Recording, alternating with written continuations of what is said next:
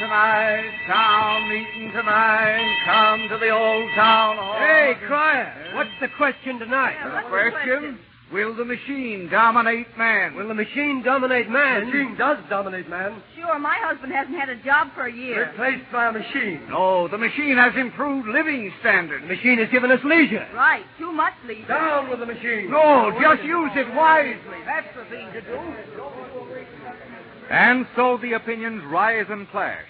That is why America's Town Meeting of the Air invites you to historic Town Hall in New York City to hear eminent authorities present their views on this perplexing problem. I now present to you our moderator, Mr. George V. Denny, Jr., founder and director of America's Town Meeting of the Air. Mr. Denny. Good evening, neighbors. You would really be surprised if you knew how many of the meetings on this program were suggested by members of the radio audience. Tonight we have another. Will the machine dominate man? You can phrase the question almost any way you like, but the problem created by the development of the machine during the past quarter of a century is one of the most elusive and contentious ones we face. It is an economic and social problem, highly individual and human. How are we going to adjust ourselves to a mechanized age, economically, socially, and culturally? To clarify some of these questions, we've invited Mr. Herman H. Lind of Cleveland, Ohio, a noted engineer and general manager of the National Machine Tool Builders Association, who believes that the machine can be our best help in making a better world. Mr. Ralph Borsodi, who holds the distinction of not only advocating this theory for the domestication of the machine, but in putting this theory in practice in his interesting School of Living in Suffern, New York, and who is also the author of many books on the machine age. And Professor Walter Rautenstrauch, professor of industrial engineering at Columbia University for the past 30 years. And as a representative of our radio audience, the man who first suggested this program, Mr. Frank Finney, an advertising man of New York City. And now we're going to hear first from Mr. Herman H. Lind, engineer of Cleveland, Ohio. Mr. Lind.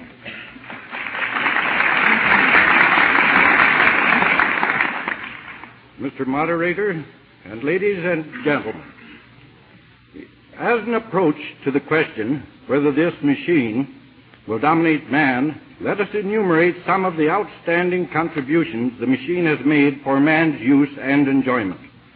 25 million automobiles with nearly 1 million miles of improved roads for travel, 250,000 miles of railroads, 21 million homes wired for electricity, 17.5 million telephones, more than 1 million tractors and all kinds of other farm equipment, 10.5 million washing machines, more than 10 million vacuum cleaners, 22.5 million radios, nearly 9 million electric refrigerators. An ever-expanding number of the people operate or have at their command daily the means of transportation, of communication, of labor-aiding devices, of comforts that were practically unknown as short a time ago as 60 years. Had an Aladdin carrying through the streets of New York in 1875 brought out of the lighted circle a mere glimpse of the comforts and enjoyments, the added leisure, the ease of communication and of travel in this year, 1936, what a spectacle that would have been. Yet today we take for granted the 1,001 modern conveniences and comforts for the shop, the farm, the office, and the home. Was the mere introduction of machinery and power the motivating force back of this revolutionary advance? Only in part. Inventions of themselves are useful only as they are put to work, and as their benefits are extended to many individuals. There are other factors that make it possible for the great inventions of the last century progressively to transform our world. Among them are our system of government that guarantees to each citizen freedom of opportunity and equal privilege, business enterprise, which seeks always to profit by the most efficient methods to produce all the goods the market will absorb, the striving of every family to secure to itself, through work and effort, as much worldly goods and comforts as any other family possesses. These were the conditions that laid the groundwork for the most rapid advance in industrial development, machine civilization, if you will, and its accompaniment of higher living standards for more people than ever before known in history. For most of the time since the Civil War, you will recall that immigration was unrestricted, railroads were extended across the continent, opening new territories for settlement, and new industry using machine production methods were born in the effort to keep pace with the increase and flow of our population. Let us glance at the figures of the United States Bureau of Census. In the period from 1870 to 1930, our population multiplied by 3, while the number of gainfully employed, either at work for themselves or in the employ of others, multiplied by almost 4. The difference was actually a 22% pure gain for employment. In addition, at the end of the 30-year period from 1899 to 1930, that's as far back as we have the figures, the wage earner's income bought 39% more goods, with a bonus in the form of great improvement in quality and a far greater variety of goods from which to choose.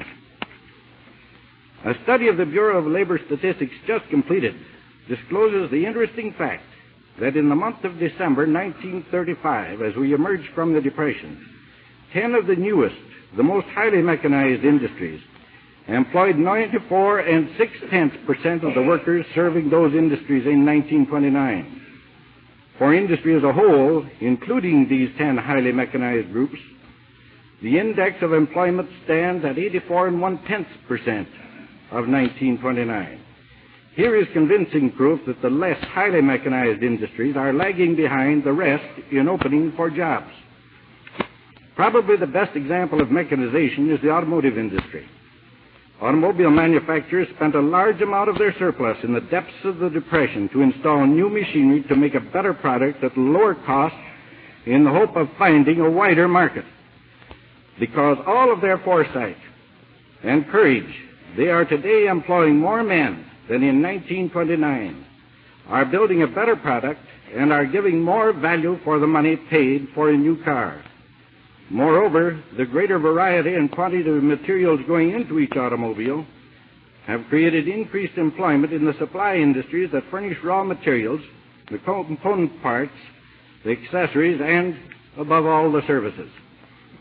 It has been reliably estimated that the people of this country who derive their livelihood, directly and indirectly, from the automobile number 5,065,000, or 12% of the total gainfully employed. And now let us look at one of the less mechanized groups, the home building industry. In this industry, a large proportion of the work is done at the site of construction and is still done by hand. As a result, costs remained so high that the building of homes began to fall off in the summer of 1926, preceding by almost 2 years the depression for other industries. Nor has the recovery in this industry since 1934, and consequent reemployment of its labor, measured anywhere near that which has taken place since 1934 in the mechanized industries. This example leads me to suggest that in looking for the cause of unemployment, a comprehensive and frank study be made of those industries where unemployment is known to exist. Also, that a comparison be made of the technique of operation, relative costs, and employment in such industries with those of the automotive and other highly mechanized industries. Occasionally, some well-meaning person expresses a fear that the machine eventually will dominate man. But I wonder just what it is they have in mind. Would they give up our agricultural machinery that has so lightened the toil of the farmer? Or our transportation machinery and better roadways that make us all neighbors? Or our telephone, radios, and similar conveniences? Perhaps they have in mind the kind of a production system so amusingly dramatized by Charlie Chaplin's caricature of modern times. It is true that in the operation of some machines that replace hand work, the motions of the operator must be timed to the rhythm of the machine. All of our motions always have had to correspond with the task in hand, whether the activity be that of rowing a boat, tramping after a team of horses in the field, or arranging a radio program. Man has always established rhythm in his work. To keep pace in some manner either with animals, with other men, with the seasons of the year, or with whatever elements affected his personal productive ability. The introduction of machinery has not changed that. If by domination of the machine is meant that the machine economy will dominate man to his destruction, we know that it does not so dominate now. We know that the machine age is relatively new, that it has opened many doors to better methods of gaining a livelihood for men who must work for what they have. We know that it has increased leisure for learning and for cultural advancement. Measured in terms of attendance at secondary and normal schools, colleges, we find an increase from less than 1 million students in 1900 to nearly 7 million in 1932, with a vast increase in the number of books, periodicals, and libraries made accessible to all the people. The entire history of our country has been one of man's domination of his environment through the use of the machine, and that our hope lies in greater use of machinery for production of more and more goods. I want to repeat that I, for one, believe that the advance that the world has made since the middle of the 19th century has been due to the governmental guarantees of freedom that reserves to the individual the right to make the widest use of his powers of invention, his genius for organization, his ability and willingness to work for his own advancement. It seems to me that the first requisite for continued advance is the preservation of that principle of freedom of opportunity. A second requisite is a philosophy of plenty which will lead us away from the fear of overproduction to the ideal of unrestricted production of goods and an ever-increasing standard of living for everyone. If we will accept these two principles and look upon the machine as a lever by which the entire world can be lifted to a higher plane of comfortable living and culture, we have every right to expect further extension of the blessings of the machine age, which up to this time has brought about the elimination of much human drudgery, the reduction of costs which permit more people to enjoy the comforts that fashion a better and happier life, a shorter working day, swift and commodious travel over long distances, the lightening of labor for men and women in the field, the factory, and the home, and for all who work, new and easier ways of earning their livelihood.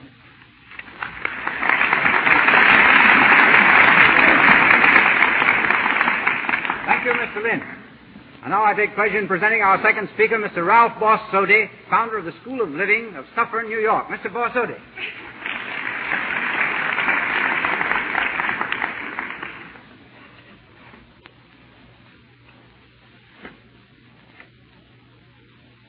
The question of whether the machine will dominate man has already been answered by the history of the past 100 years.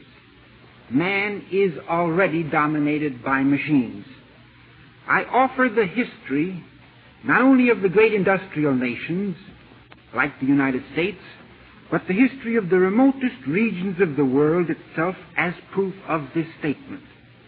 World history, ever since England made itself into the workshop of the world, is merely a record of the ruthless efforts of the great industrial nations in promoting their manufacturing industries. War after war has been waged in order to increase the wealth of the great industrial powers. India was crushed and India's ancient prosperity destroyed in order to furnish a market for the products of the textile machines of Lancashire. Germany precipitated the World War in order to secure what she thought her place in the sun of industrial progress.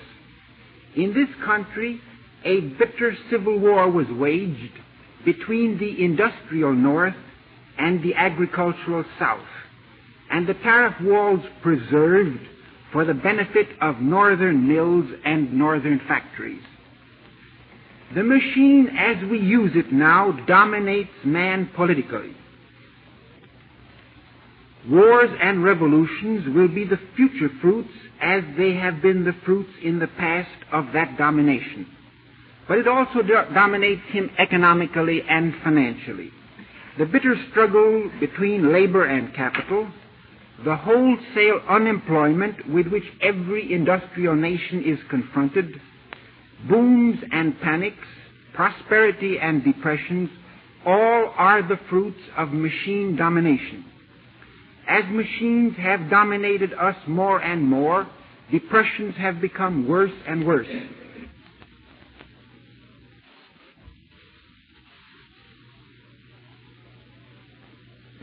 We build bigger and better machines, we get bigger and better depressions.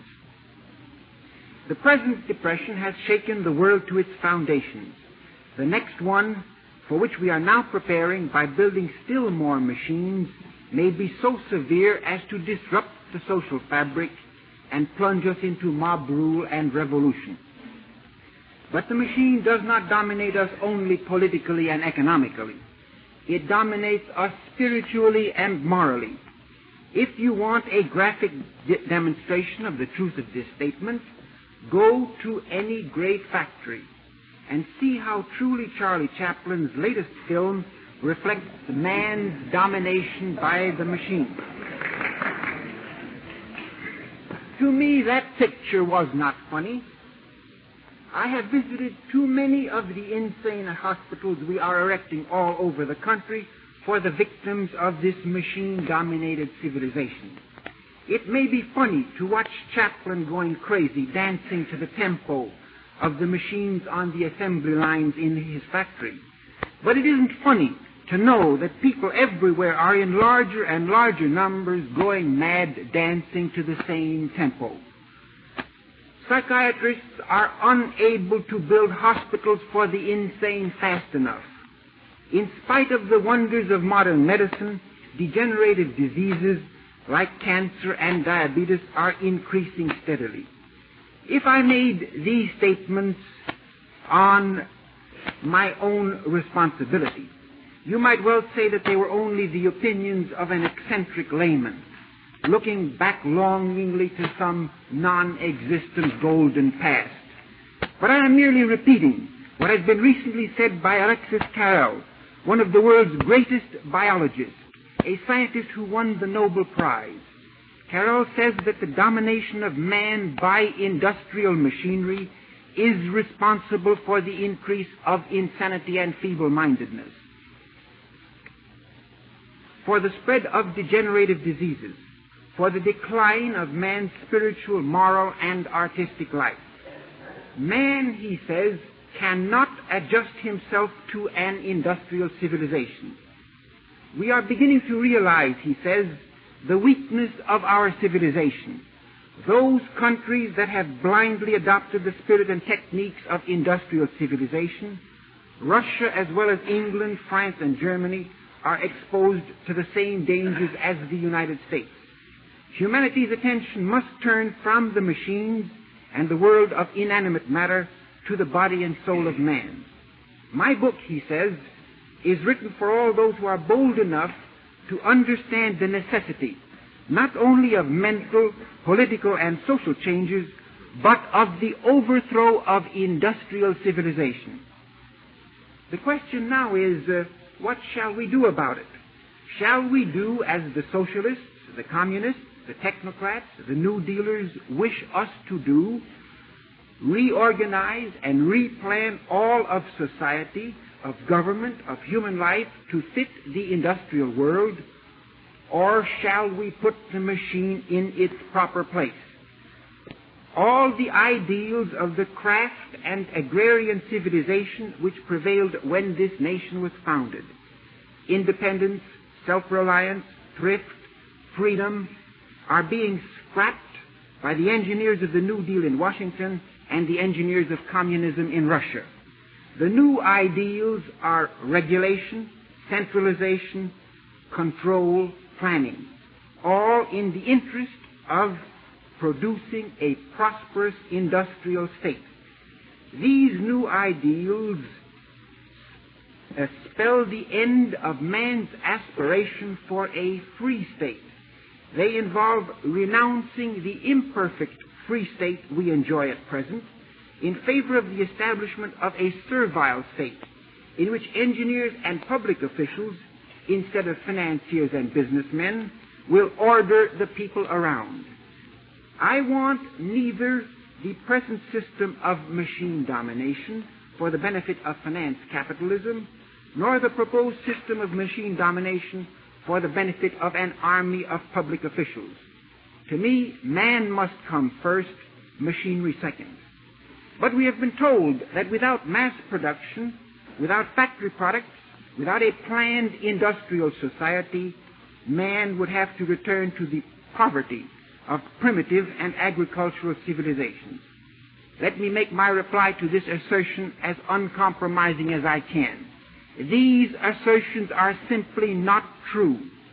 Because it is more economical to manufacture steel rails in a great mill than to try to make them in a blacksmith shop, because it is more economical to manufacture electric light bulbs in a large factory than to try and make them one by one for our own use, because it is more economical to produce automobiles in Detroit than to try and make them individually all over the country, it is assumed that it is more economical to produce everything in a factory than to produce anything on a small scale for our own use. But the use of machinery in great factories to produce everything is not genuinely economic. On the contrary, careful studies made over a period of many years indicate that in the case of 2/3 of the products which the average family consumes, it costs more in labor and in raw materials to manufacture them in large factories than to produce them on a small scale in neighborhood shops or even within the four walls of the home. Because there is a gain in the factory production of 1/3 of the things which we consume, we are blind to the fact that there is a loss in the factory production of 2/3 of the things which we consume. But you may ask, isn't it more efficient to grind flour in a great mill in Minneapolis than in a small mill in Virginia? I have time for only one illustration of how dangerous it is to assume that mass production is always more efficient than home production. Let us take the humble can of baked beans which millions buy daily. Now, it is perfectly true that it costs the cannery less to make them than it costs to make them at home. But no cannery can ever sell them to you at what it costs to make them. You have to pay not only for the beans and the baking, but for the canning, for the cases in which they are shipped, for the freight to transport them, for the stores and warehouses in which they are distributed. And a careful test, which I have made over and over again, shows that it is possible to produce them for your own use in your own home at 1/3 of the cost of buying them factory-made. The people of the industrialized nations have made a great mistake in permitting machinery to dominate their lives, in subordinating spiritual and artistic values to industrial progress, in making quantity rather than quality at which to aim. They have made one of the very great mistakes of human history. Unless they are willing to undo this mistake, to put the machine in its proper place, to use it mainly as a domestic tool to be used when needed and laid aside when not, unless they make the home more important in their lives than the operation of factories and mills, unless they leave their overdeveloped industrial cities and return to country life, they will decay and degenerate, and the great civilizations of which they are so proud decay and degenerate with them.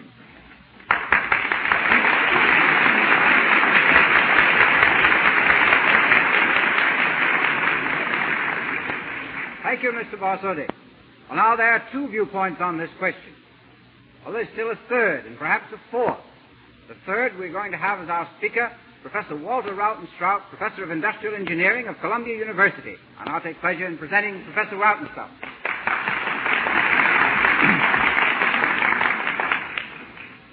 The machine is the symbol of the physical power of modern civilization. By the use of machinery, man applies artificially generated energy to tilling the soil, reaping the harvests, manufacturing goods, and building roads and houses. The machine enables modern man to utilize the energy and materials of his environment more abundantly and more efficiently. Can it be possible that the means for obtaining the material things of life in ever-increasing abundance will also become the means by which civilization will decline? Can an inert mass of material dominate man?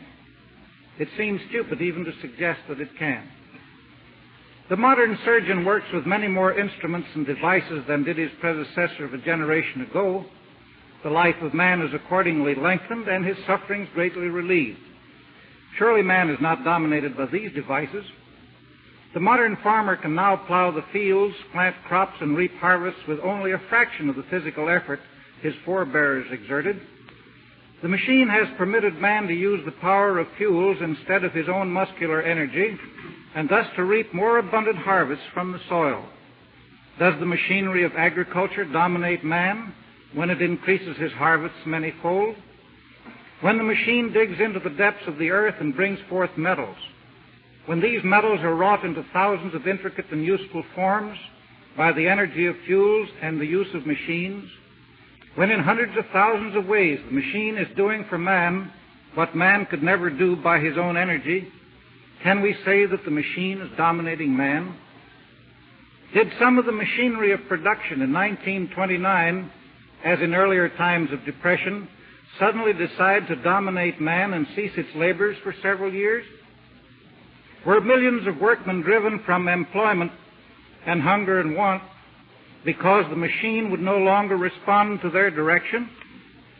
Was it because of the machine, which is capable of providing man with the goods and services for a more abundant life, or because of the forces which separate him from the machine?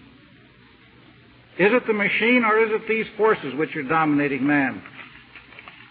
As we review the development of the processes of civilization, we do observe the fact that with the increase in machinery there are ever-increasing numbers and depths of depression. But events which occur at the same time are not necessarily cause and effect. Other coincident events may have their effects and obscure the real causal relationships.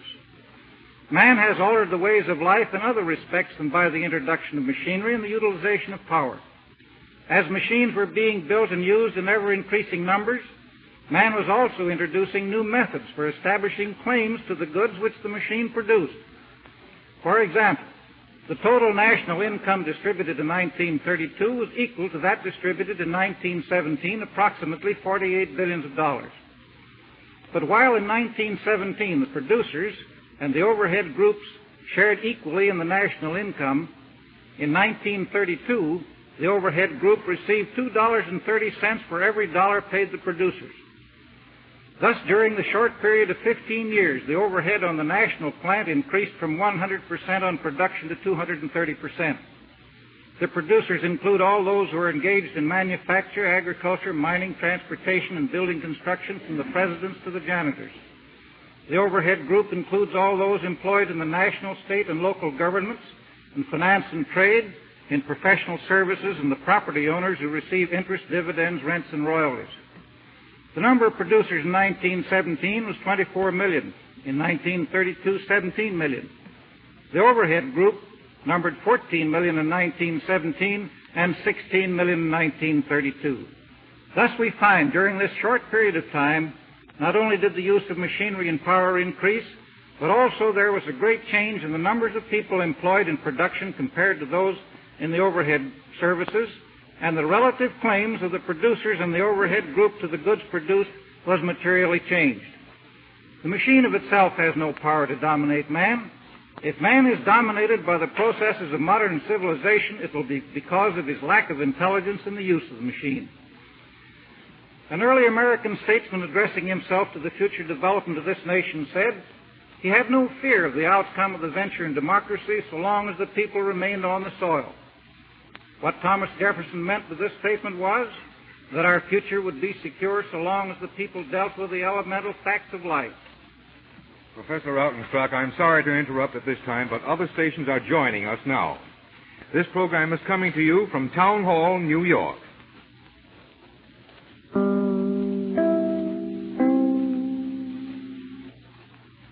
Of the elemental forces which condition the life and prosperity of business enterprise.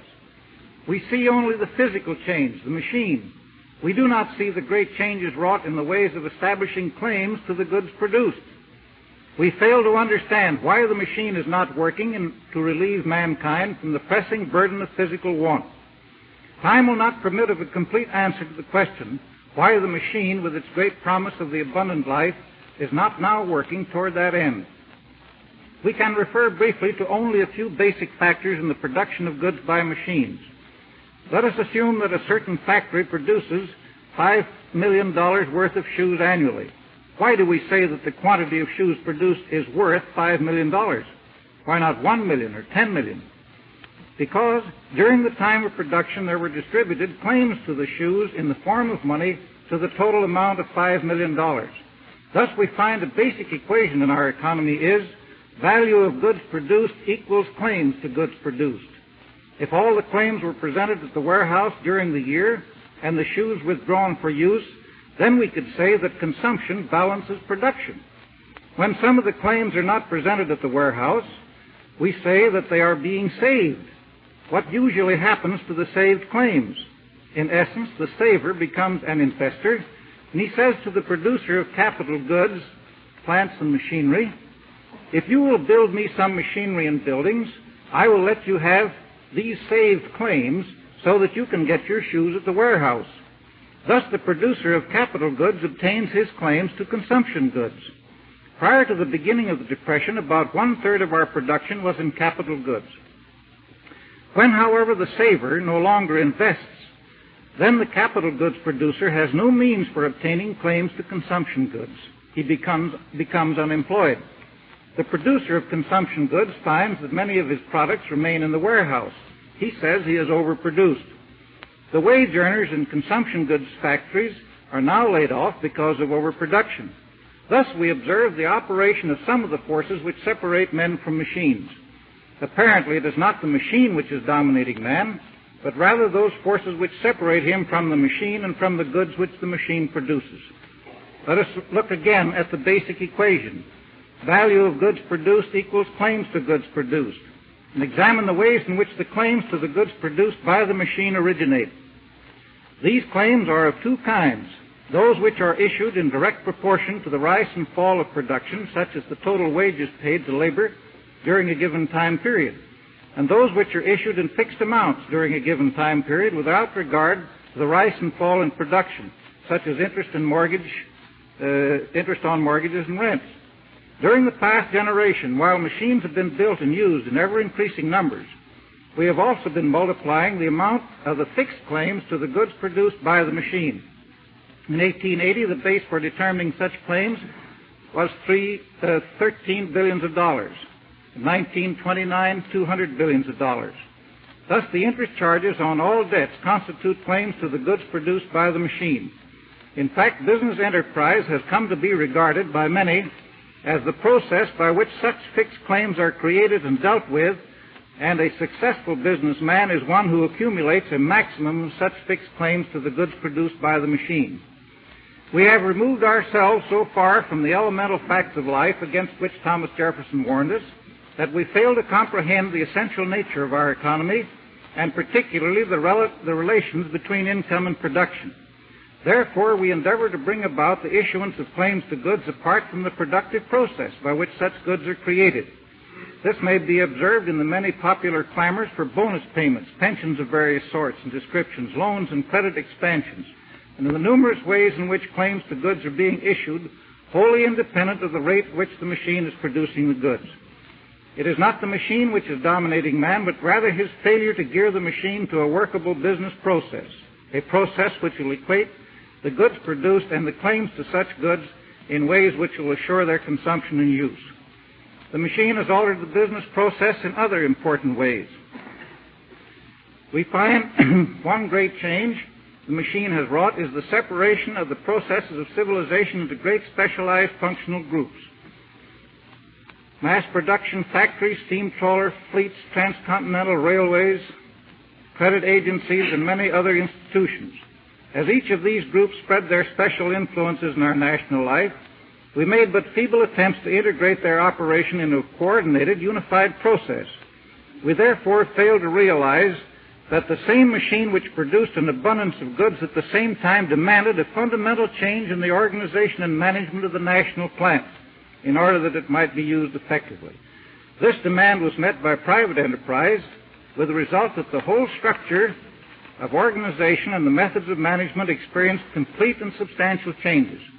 No such changes have occurred in the operation of the national plant. Neither the organization or the methods of management demanded by the machine have been recognized, much less applied. The tools are not in the hands of those who can use them. The objectives and purposes of civilization have become confused, while the forces of the business process go on with ever-increasing acceleration. Will the machine dominate man? No. Will the machine open the gateway to a field of plenty for all? Yes, provided man will use his demonstrated intelligence in science, engineering, and the arts. The beginnings of social change are always confusing and dominated by blind resistance to that which is not understood. But the spirit of man will not be subdued. He will learn to use the machine not only for the development of the higher plane of civilization, but also to create a more stable pattern of living, a firmer foundation for a great national culture, rich in the material wealth of things and abundant in the spiritual forces of life.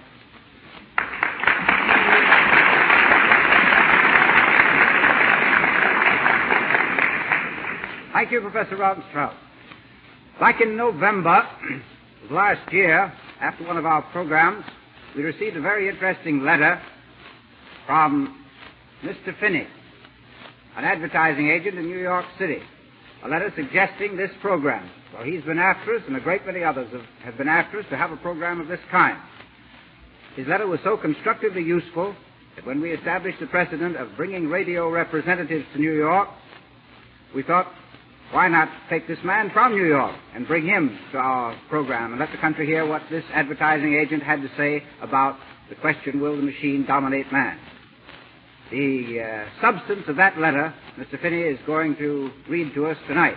I'm very happy to present at this time the representative of our radio audience, Mr. Frank Finney of New York. Mr. Finney.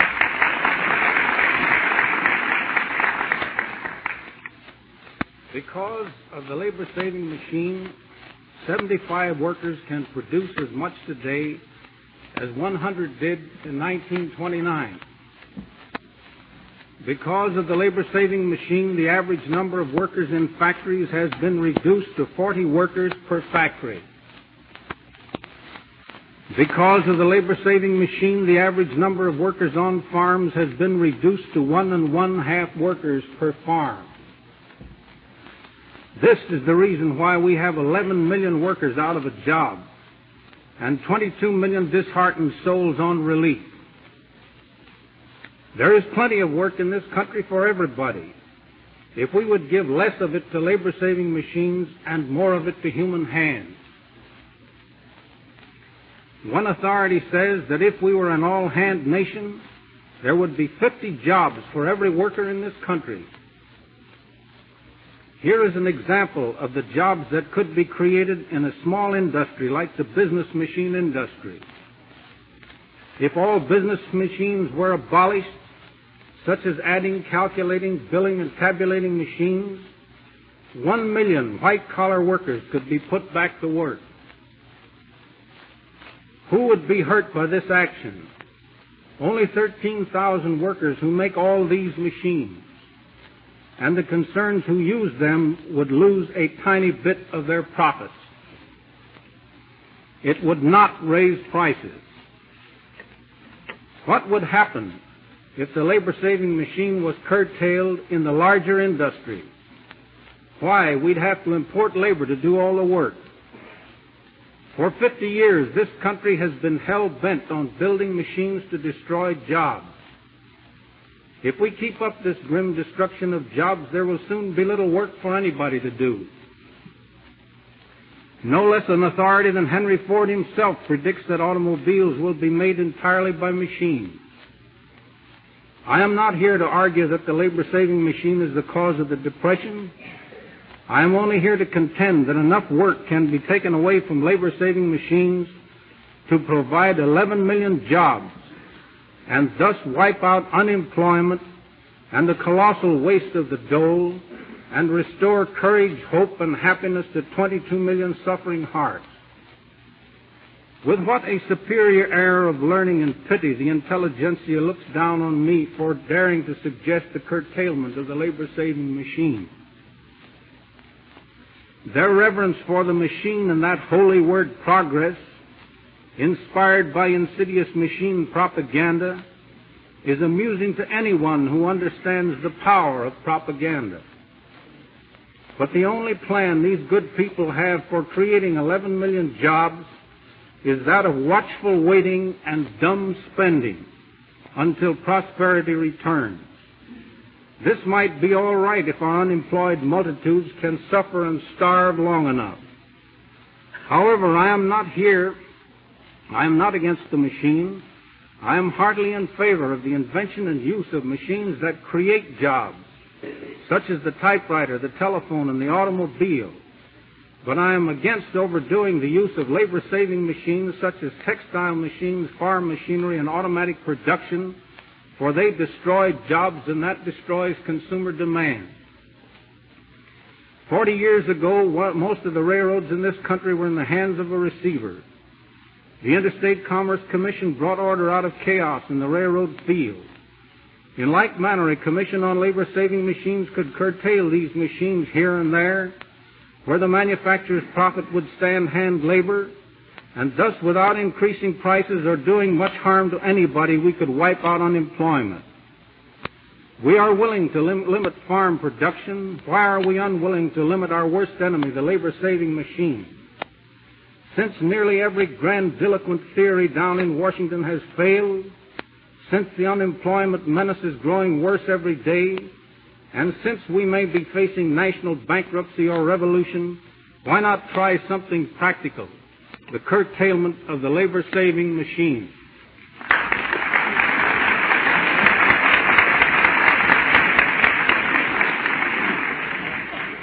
Thank you, Mr. Finney. Well, there are 4 points of view for us. Now, we begin the question period. Please rise and state the person to whom your question is directed. Limit your question to 25 words. And I suggest that you write your question out so that we'll save time. The man right down here on the third row. Question, please. Mr. Finney. Good gracious, Mr. Finney. First man on the spot. Yes, sir? If machines cause unemployment, therefore countries that do not have machines would be very prosperous. How about China, India, and Australia? What about those countries that don't have so many machines, Mr. Finney? I'm not here to discuss what caused the Depression or what China's doing and other countries. All I'm trying to put over is the idea that we need 11 million jobs, and the method that I'm proposing will produce 11 million natural jobs. Now I'm going to ask Mr. Borsodi to answer that same question. Mr. Borsodi, what do you think about this matter of the backward countries? Why don't they have more prosperity if they don't have machines? If you read the histories of India before England destroyed the textile industries, or rather the textile crafts of India, you will find that it was the most prosperous nation in the world. If you'll go back to the history of China, before the industrial nations came into China, you will find that China was one of the most civilized and most prosperous nations of the world. You can't judge or make a comparison of India or China with England or the United States without taking into consideration what the industrialized nations have done to them. Thank you. Question to Mr. Borsodi. Mr. Borsodi. Borsodi. Yes, all right. Granted, the incessant monotony of machine tending is causing many nervous disorders. Has not the long hours got something to do with that? The great electrical wizard, Charles Steinmetz, has prophesied that within the next century, the hours for labor will be 4 hours a day. Will that rectify that situation? Yes, Mr. Borsodi. If the reduction in the number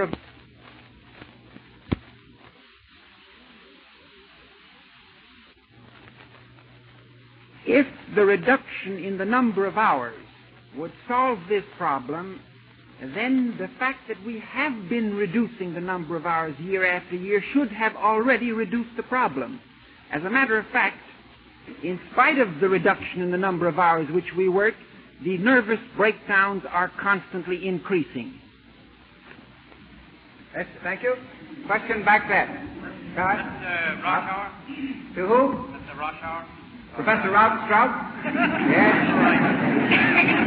All right.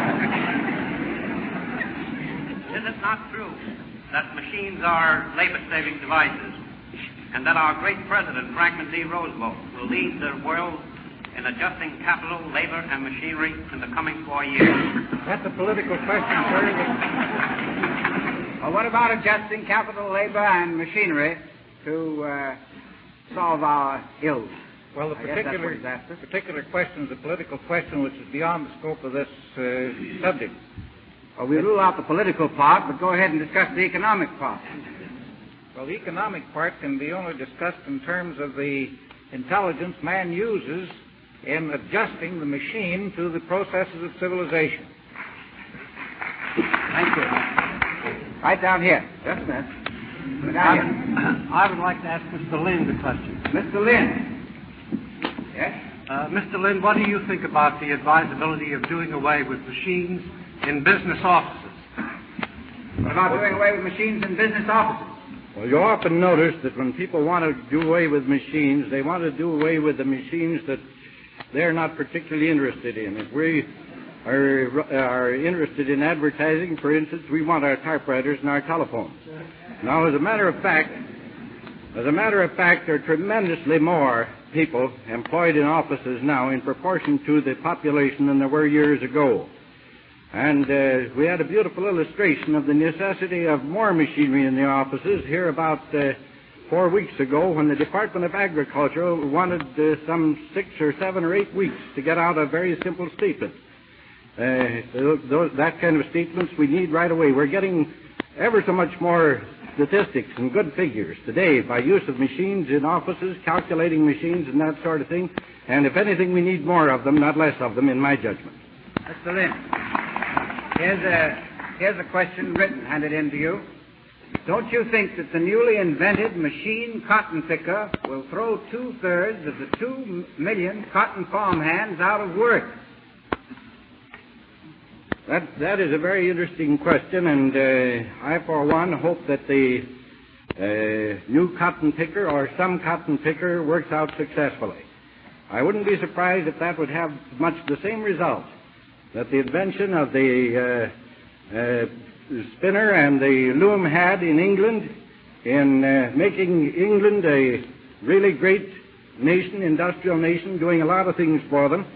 And in our own case, the invention of Eli Whitney, the cotton gin, did more for the development of the growing of cotton in this country, expanded the use of cotton than almost anything you can imagine. I'm hopeful that this machine, it takes time for these to develop practically and get to general use. I hope that the day may be speeded, that will come along, and it might be the answer to putting many more acres of land to production of cotton in the South and expanding the use of cotton. They're experimenting with it in roads now.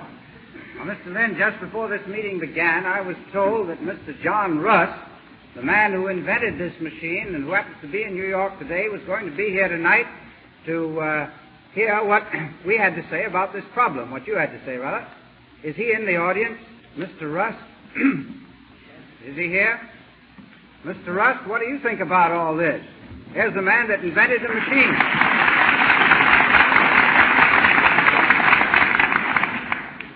Mr. Russ, go ahead. In the beginning, I want to say that I didn't come here to teach, but to learn. We figured out the machine all right. It picked the cotton, and eventually it will crowd out probably 2/3 of the people from the cotton-growing land. But in doing that, in causing certain unemployment, a good share of that unemployment will be women and children that shouldn't be in the cotton field in the first place. So it'll give the kids of the South a chance to go to school to pick cotton, like I had to do when I was a kid. As for the solution of the machine problem, well, I have some ideas, which I don't want to burden you with.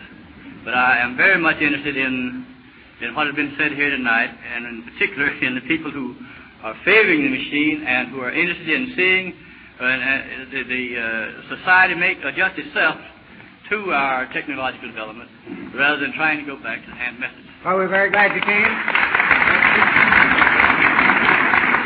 And thank you very much for your comments. The gentleman right here.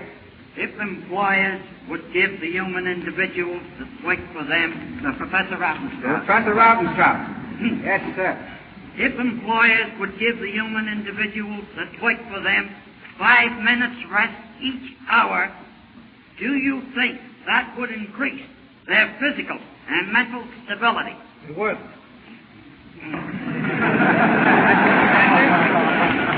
I hear the man's been trying to ask a question for some time.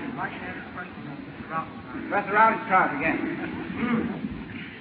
Since it isn't, will the machine dominate man, but since the machines are owned by people who are not dominated, but own and dominate the machines, that is the capitalist class, is it not true that these people, that is the capitalist class, use these machines to exploit the workers to the detriment of society? All right, sir. Professor? The problem is the question is rather an involved one, and I think that instead of discussing it in terms of classes of people, we should discuss it in terms of the characteristics of this machine economy. Our economy has been so built up on a basis of distributing claims to goods, fixed claims that have no relation to production. And it is that system which is destroying the usefulness of the machine in society. Thank you. Here's a question. I have a handful of written questions, and we can't possibly take them all, but I'm going to take some written and some verbal before our time is up. So, Mr. Lind. Mr. Lind, has the introduction of machinery since 1928 increased employment opportunity for the American citizen? Yes, indeed. Every time machines come in, they produce something. A man only puts machines in, he only invents things because he figures there's a market for a product. He puts his money on producing a product that people will want. He usually finds that they do want it. When they want more of it, more of it is built. It demands more machinery, reduces the prices, and brings around still more. It's the regular merry-go-round. Thank you. Now here's a question from Mr. Borsodi. Mr. Borsodi, with only 3% of our population making over $25 a week, where do you think they're going to get money to return to the country and build little factories near their homes to make their own needs?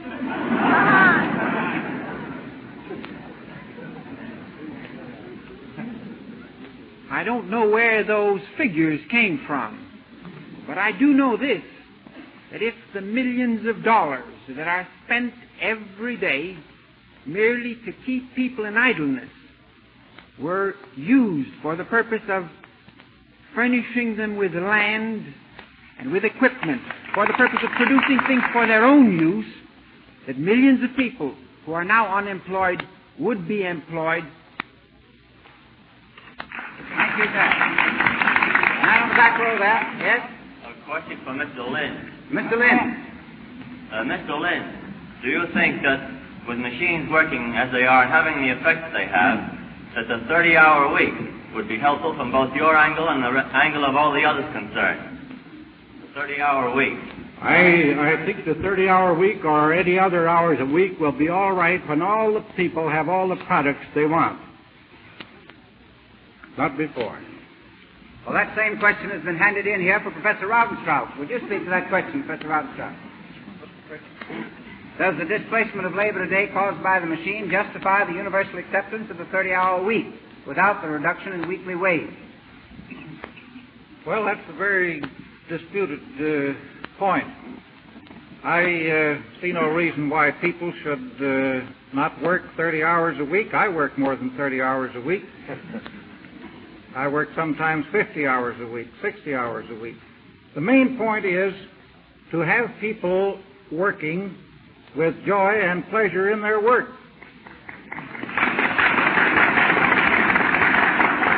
And when our civilization is so organized that each man will find that he can express himself that he is not under restrictions, that he is not frustrated, then he will have that joy which will enable him to work with ease and with pleasure. 30 hours, 40 hours, 60 hours a week. Work never hurt anyone. Thank you. Young man here. Mr. Lynn. Well, Mr. Lynn. Yes? You spoke for unrestricted production and private enterprise. Well, how did unrestricted production under our present haphazard system of distribution, how did that affect us in 1929? How did that help us? Yes, sir? How did unrestricted production help us? Up to 1929, you probably know. Well, it's a question of the demand of the people for things. Production is always in order to produce all the things that people want. The limit of human endurance and that sort of thing, people do certainly want to be given decent hours of work. But as a matter of fact, as long as there are so many people wanting so many things, houses and other things, we ought not to think about reducing hours and reducing production below what is a reasonable output. Well, I wish I had time to handle all of these questions. There's a handful and a great many people with their hands up.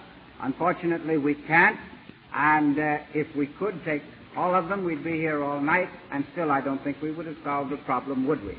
This is one that we need to discuss as individuals here and in our homes, sitting around in our libraries, and in groups who are listening in.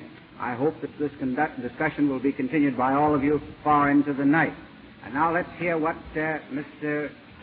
Avila has to say about next week's program. We are gratified at your overwhelming response to our peace contest. What do you think should be the planks incorporated in the political party platforms to secure peace for the United States? Your 1,000-word letter submitted to us before May 1st may bring you to New York as guest speaker on this topic. Judges for the contest will be Mrs. Carrie Chapman Catt, Dr. Walter Van Kirk, Executive Director of the National Peace Conference, and Chancellor Harry W. Chase, Chairman of the Radio Advisory Committee of the League for Political Education. And now next week at this hour, the question will be, let's face the tax problem. The speakers, Dr. Neil Carruthers, Dean of the School of Business of Lehigh University, and John T. Flynn, economist and author. Copies of tonight's broadcast in full, including speeches and questions, are available at the nominal cost of 10 cents. Write direct to the League for Political Education, the Town Hall, 123 West 43rd Street, New York City. The League for Political Education, Town Hall, 123 West 43rd Street, New York City. Please write or print your name clearly. Reprints of all the other broadcasts on this series are also available, any 10 for $1, or the series of 31 for $3.10.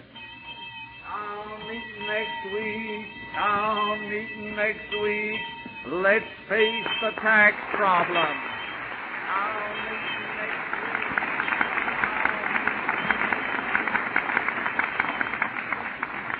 week. This is the National Broadcasting Company.